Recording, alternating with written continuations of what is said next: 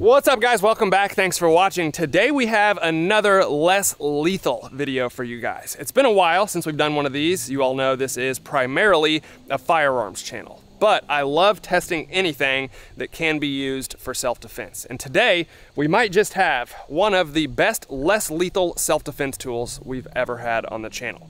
This is the Grimburg Gavle. So the Gavle is a CO2 powered less lethal pistol that shoots very, very hard projectiles. I'll show them to you here in a minute, but every time I do a less lethal video, I feel like I need to explain it a little bit because it is sort of a controversial subject. So I'm sure most of you, like myself, are firearms over everything. In my opinion, firearms are the best self-defense tools, but there's a lot of reasons why certain people might prefer a less lethal option over a firearm. Number one, not every situation calls for lethal force. That's why people carry tasers, pepper spray, stuff like that. So for those situations, less lethal could be a good option. There's also a lot of people out there who can't own firearms, whether you're in a tyrannical state, maybe you have a criminal record. Now, I actually think if you've served the time, you should get your rights back, but unfortunately, we're not there in America yet. So a lot of people are prohibited from owning firearms, and there's quite a few people out there who just don't want the responsibility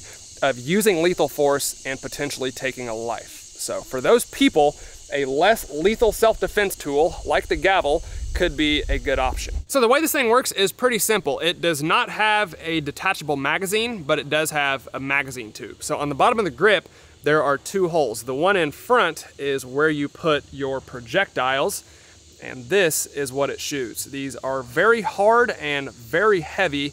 I assume some sort of rubber balls, and it can hold up to 5 rounds at a time. Behind that, you have your magazine spring and follower, which you keep in place with this threaded cover. And you can use an Allen key to really tighten it down. And then the hole behind that is obviously where you put the CO2, which is what powers the entire gun. That's pretty much it. All right, let's go ahead and take our first shots. The capacity on this thing is 5 rounds. It is fully loaded, and we have a brand new CO2 cartridge in it. It also has Glock iron sights, which is pretty cool. That's a sight system I'm very familiar with, and an optics plate. So if you want, you can take that off and put a red dot on it, which would be pretty sweet. So let's see how it shoots.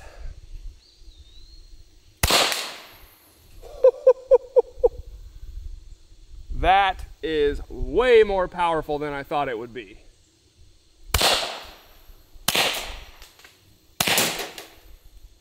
Dude.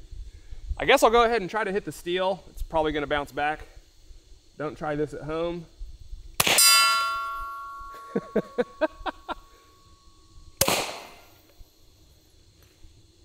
That is nuts. This is by far the most powerful, less lethal self-defense tool I've ever tried. Check this out. Inside the trash can is a piece of one of those projectiles. So it was hitting hard enough to go through the metal and inside that trash can. And through the magic of video editing, we have time traveled a couple weeks in the future because I was waiting on some upgrades to arrive, and here they are. So they also sent a different color variation of the Gavle, and this is the full combo kit that you can buy for this thing. It has a light and laser mounted to the bottom and an optic mounted to the top. And they also have a holster that will fit all these accessories. For a less lethal self-defense tool, this thing is pretty tricked out. Go ahead and put my safety glasses on. I have not zeroed the laser or the optic on this thing, so we're just gonna go for it. I have a ceramic tile set up on the table, and I wanna see if one of these projectiles can actually break it.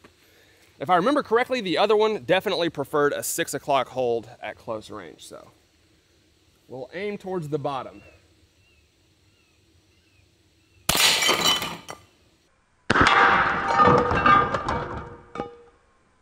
That's impressive. Well, it looks like our projectile hit right there. You can even see a mark on the cinder block where it went through the ceramic tile and hit the concrete behind it. And you all probably know that ceramic and porcelain is often put in rifle-rated body armor because it's hard as heck and really good at breaking bullets apart before they get to the Kevlar. So that's no joke. And back with the yellow California compliant model, I have a 1-gallon water jug on the table, and I want to see if this thing can get through it. And hopefully it does, because if it bounces off, it's coming right back.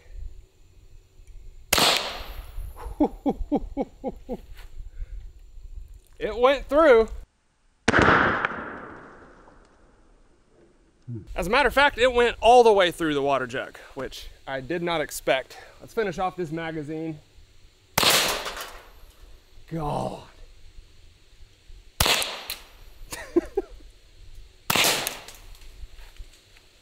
Man, I really hope it is translating on camera how hard those projectiles are hitting the target. It's crazy. And there's our entrance hole right there on the front of the water jug. I put it a little bit to the right, and over here, you can see where it actually passed all the way through. Now, I was 100% positive that if it did go through, it would stop in that first water jug. Otherwise, I would have set up 2 or 3.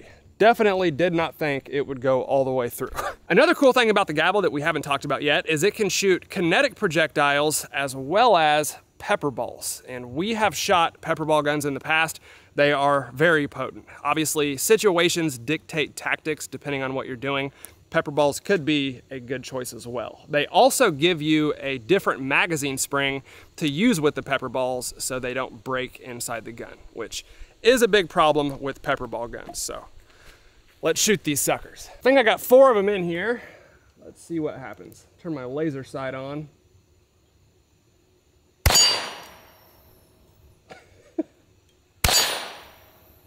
Dude.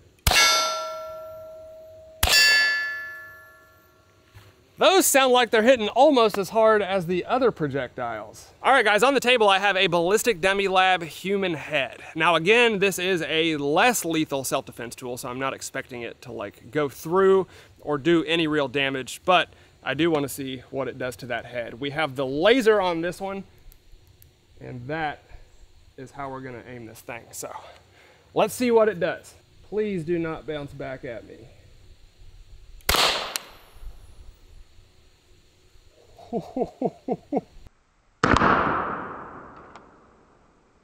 Okay, so that is where it hit our ballistic dummy head. I didn't think it would stick in the ballistics gel like that because there's not a whole lot of gel. It's pretty much bone right away. But that thing is in there.